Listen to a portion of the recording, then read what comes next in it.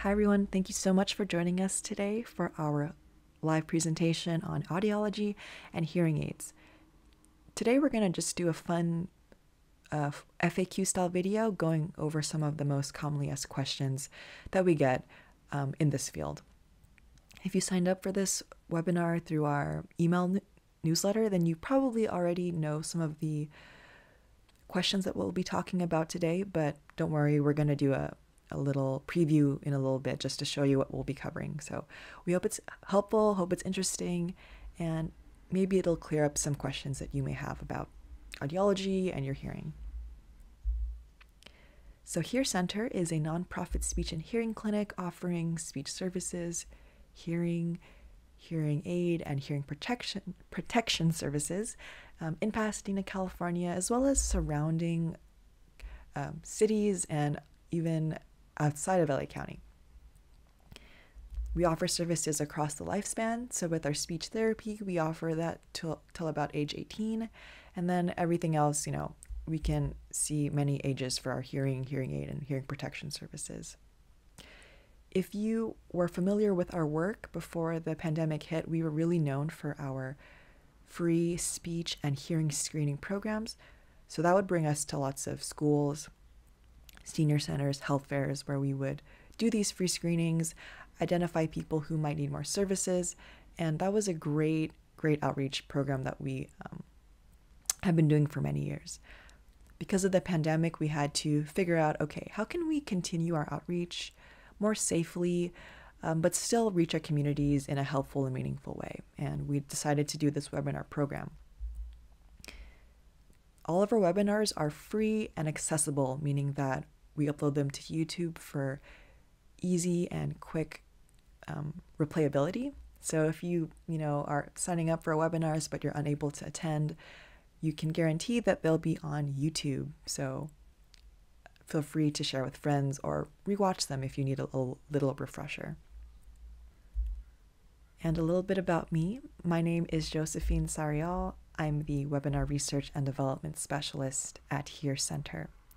I graduated from Cal State Northridge with my degree in communication disorders, and I'm currently a graduate student at Cal State LA working on an audiology doctorate degree. So yes, I am trying to become an audiologist, and I'm really excited to do this presentation. It's just kind of echoing what I've been studying so far and what I'll continue to study in the next 4 years. I've been an audiometrist since 2019, and that's just someone who does hearing screening. So I was that person who would test hearing at schools, senior centers, health fairs, like I had mentioned before with the screenings, and that's been an amazing experience. As we slowly start to open up, more places have been comfortable with resuming screening, so that's really exciting. We have a hearing screening this Friday at Pasadena Senior Center. If you know anybody who would like a free screening, who's a senior, feel free to send them that way, and I'll be there doing some hearing screenings. So the frequently asked questions we'll be covering today are: what's an audiologist? How do we hear? What's hearing loss? What is an audiogram? What do I do if I think I have hearing loss? And what are some treatment options if someone does have some hearing issues? So audiologists are medical professionals who diagnose and treat hearing and balance issues.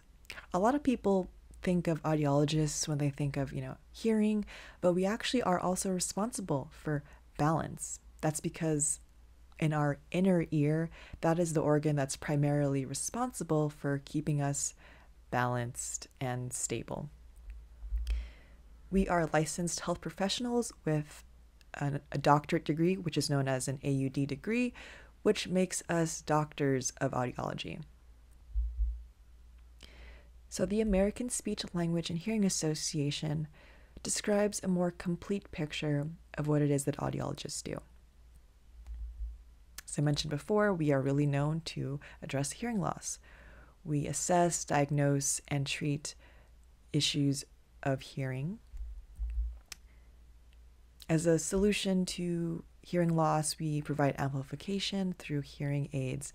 So we, through our consultation with our patients, we determine, the best hearing aid for them and their lifestyle and their needs. Balance. This isn't our specialty, but we are able to refer out to those specialists if need be. We also do hearing screening. So I have mentioned that I was an audiometrist, and audiometrists are able to do hearing screenings, but basically hearing screenings are pass-fail tests that let us know if someone needs more hearing evaluation. So it's not as comprehensive as a complete audiological evaluation, but it is a good first step to see if someone does need maybe a little bit more inspection with their hearing.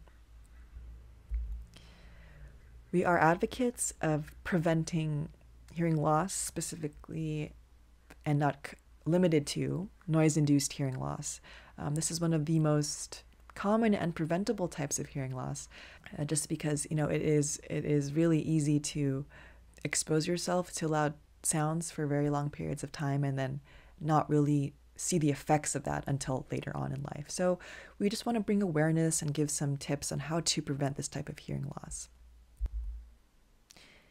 Tinnitus, or ringing in the ears, is a common complaint that we hear from those who have hearing loss and even those who have normal hearing. In most situations, we will just work with you and figure out how to best cope with it, coping strategies and management strategies. There is some confusion between audiologists and ear, nose, and throat doctors, or ENTs, aka otolaryngologists. To put it simply, audiologists are healthcare professionals who deal with hearing and vestibular or balance issues. So hearing loss, anything going on with your balance, we're the people that you want to go to. If you have any medical conditions or concerns with your ears, you would want to go to an ENT for that. So like pain, any like fluid, or any sort of, any concerns you have with your ears that isn't related to hearing and balance, you want to go see an ENT for that.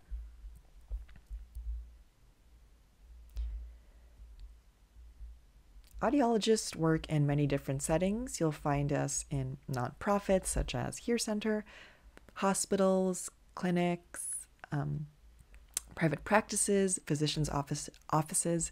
We're really all over the place. And uncommonly, although they do exist, you will find us working directly in schools with students. They are known as educational audiologists who help children with hearing loss and just help them get better accommodated and adjusted into classroom settings when they do have a hearing loss. So how do we hear? We hear with our ears.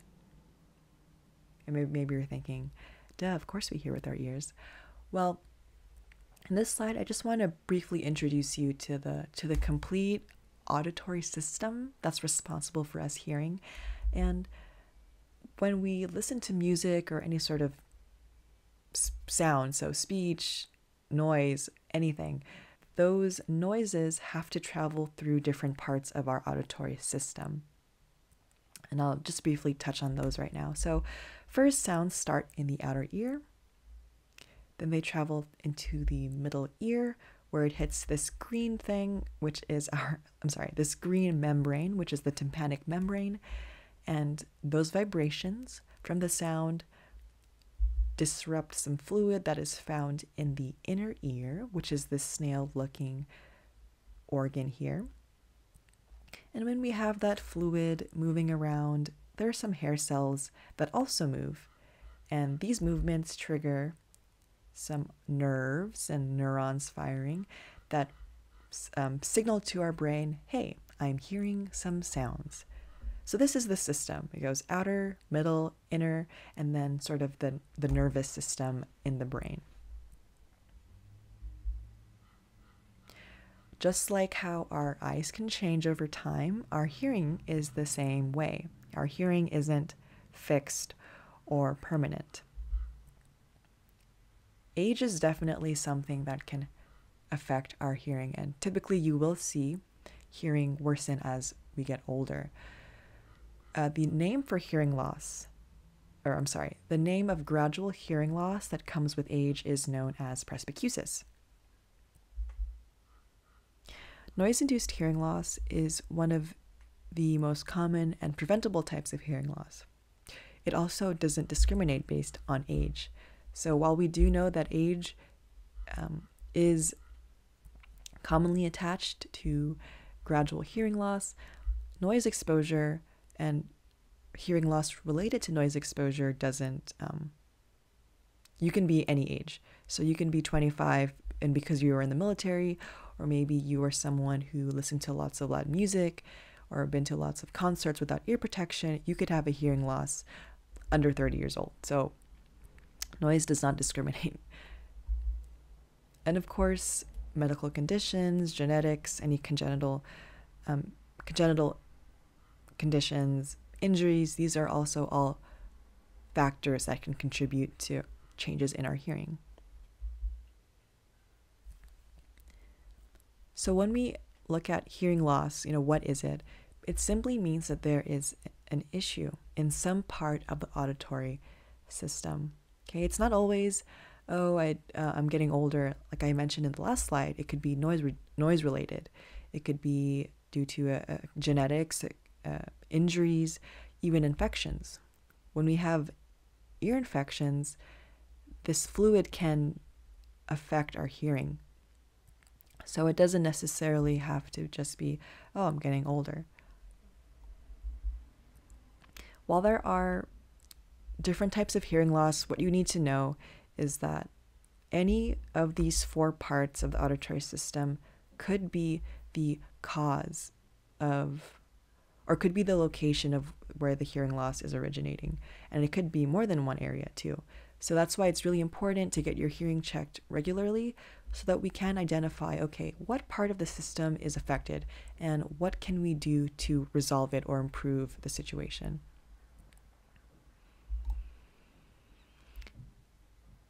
If someone has a hearing loss, what should you look out for?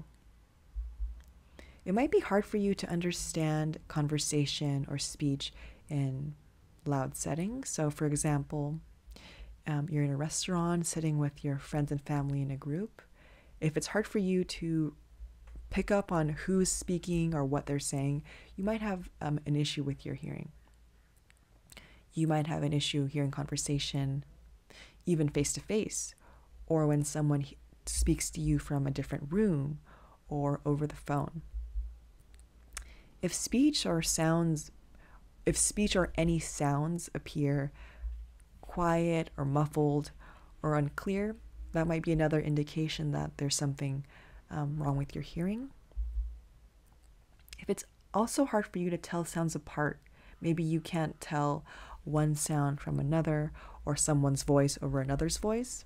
And if you can't tell where a sound is coming from, you can't localize or identify where it's coming from, that might be also a reason to come in and get your hearing checked. So when you go to get your hearing tested, either through a quick screening or through a complete hearing evaluation, they're going to do a test where they see, okay, if you hear the sound, please raise your hand. So maybe you're familiar with that. While that isn't the only test that they'll do in a hearing evaluation, it is one of the most important tests that we do to see how your hearing is. And after that test, your results are going to be charted in what is known as an audiogram. And basically, this is a chart that shows us how well each of your ears hear these tones or these noises, okay? Now, on the right, you will see an example of an audiogram, but ignore the word speech banana and the yellow macaroni shape in the middle with the letters. I'll touch on that a little bit later. But basically, this chart here with the numbers going down and the numbers going across, this is what an audiogram looks like, okay? As I mentioned, it shows how well each of your ears hear because we do test both ears. Someone could have a normal hearing in the left ear, and then in the right ear, they have maybe a mild to moderate hearing loss. or someone could have moderate hearing loss in both ears. No two pairs of ears are going to be the same. We test across frequencies or pitches. So during testing, you'll hear some low-pitched sounds, some high-pitched sounds, and this gives us a complete picture of all the different frequencies that you can hear. What an audiogram tells us it'll show us what type of hearing loss you have, as well as the degree of hearing loss. You won't see this on an audiogram, but on the right here, you can see that there are like a spectrum of hearing. So from normal to profound hearing loss, that is sort of the degree of hearing loss that exists. This yellow macaroni shape in the middle with the letters is basically showing that at this level of loudness and across these frequencies, this is where we hear speech and conversation the best. So it's important for us to know when we're testing someone, okay, based on their hearing loss, are they going to be able to hear conversation well? Are they a candidate for hearing aids because it looks like they're not hearing speech very well? So that's known as the speech banana. And then, of course, based on the type of hearing loss you have, that will determine the treatment options and recommendations from your audiologist. So here's just another simple picture showing the degrees of hearing loss, ranging from normal to moderate to profound. Okay. And going back to this symptoms of hearing loss slide, if you feel like you or someone you know has these symptoms, you struggle to understand conversation, sounds are quiet, muffled, unclear. If it's hard to tell sounds apart or where they're coming from, we would really recommend you to take some next steps. And first step would be to schedule a screening or evaluation by an audiologist. As I mentioned before, screenings are quick pass-fail tests, and they're not the complete evaluation.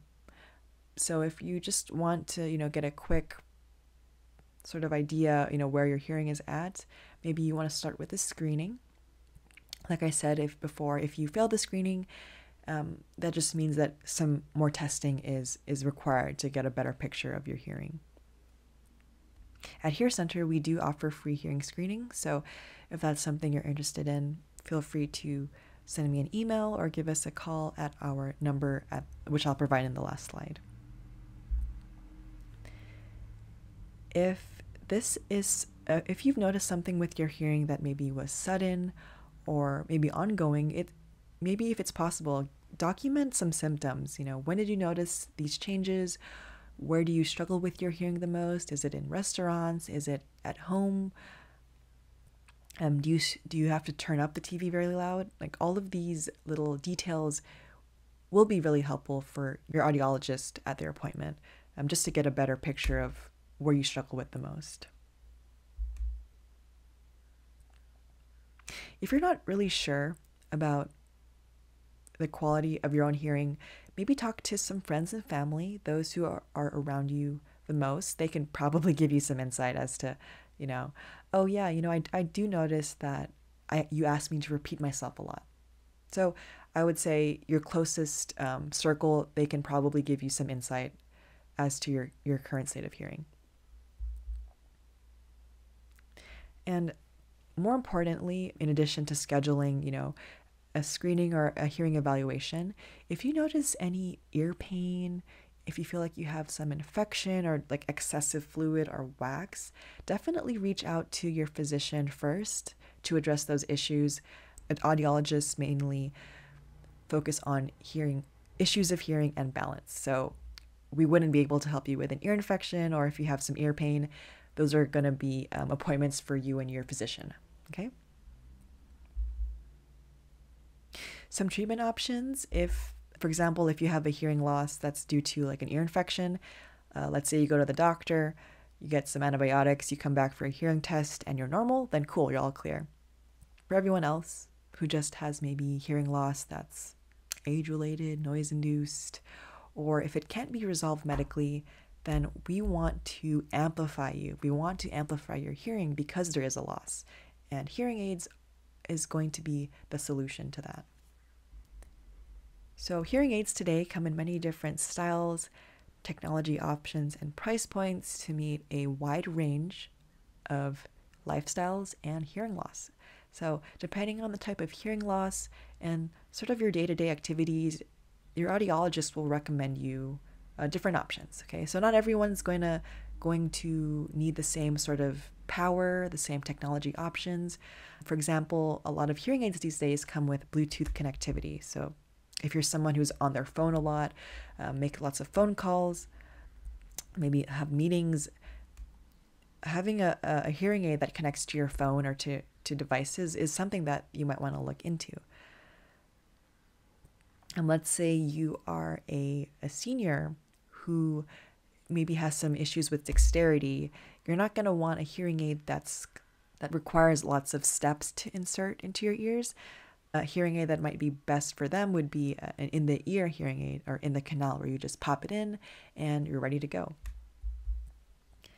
The most popular hearing aid today, the most popular style, is known as the receiver in the ear. And as you can see, it looks very cosmetically discreet, right? Like you only have this small thin tube, and then the components, the electronic components in the case is behind the ear against the hair.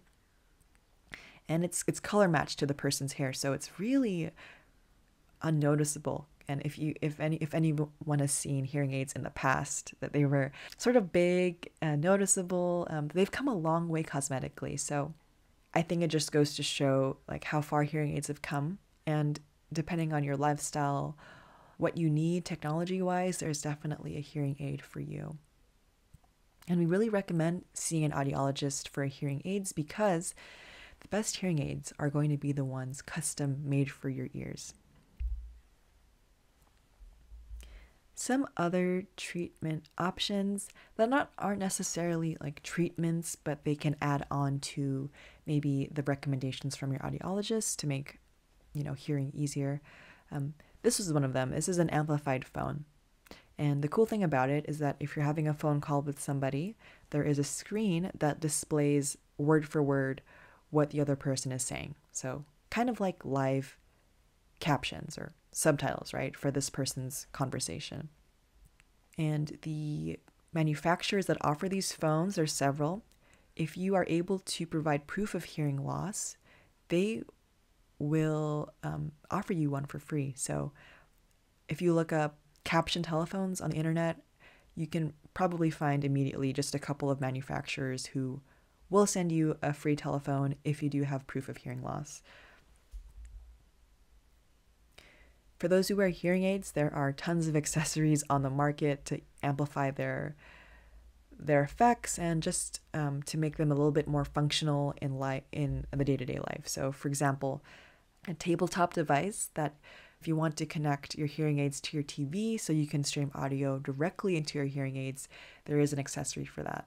And there are also tons of other things to help with connecting your hearing aid to devices, or even using remote microphones to make your hearing aids work better at a distance.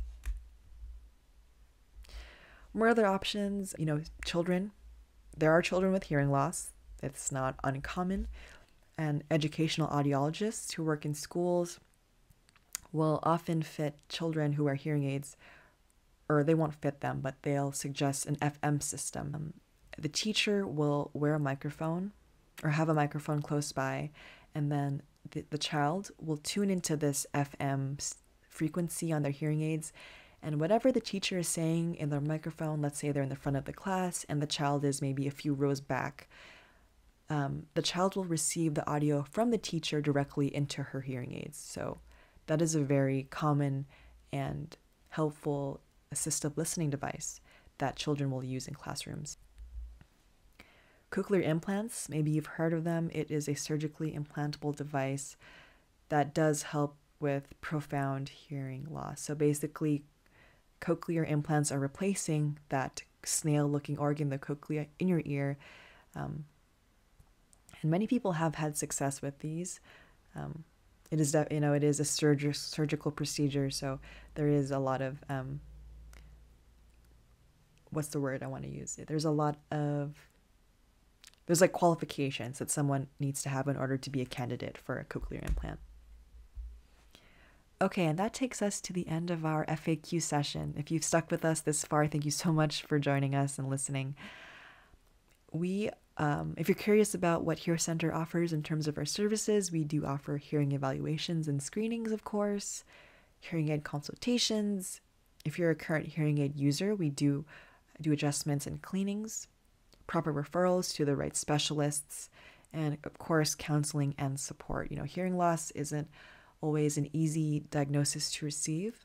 And in those situations, we will do our best to make it a smooth and easy transition for you. And of course, to answer any questions that you may have about your hearing loss.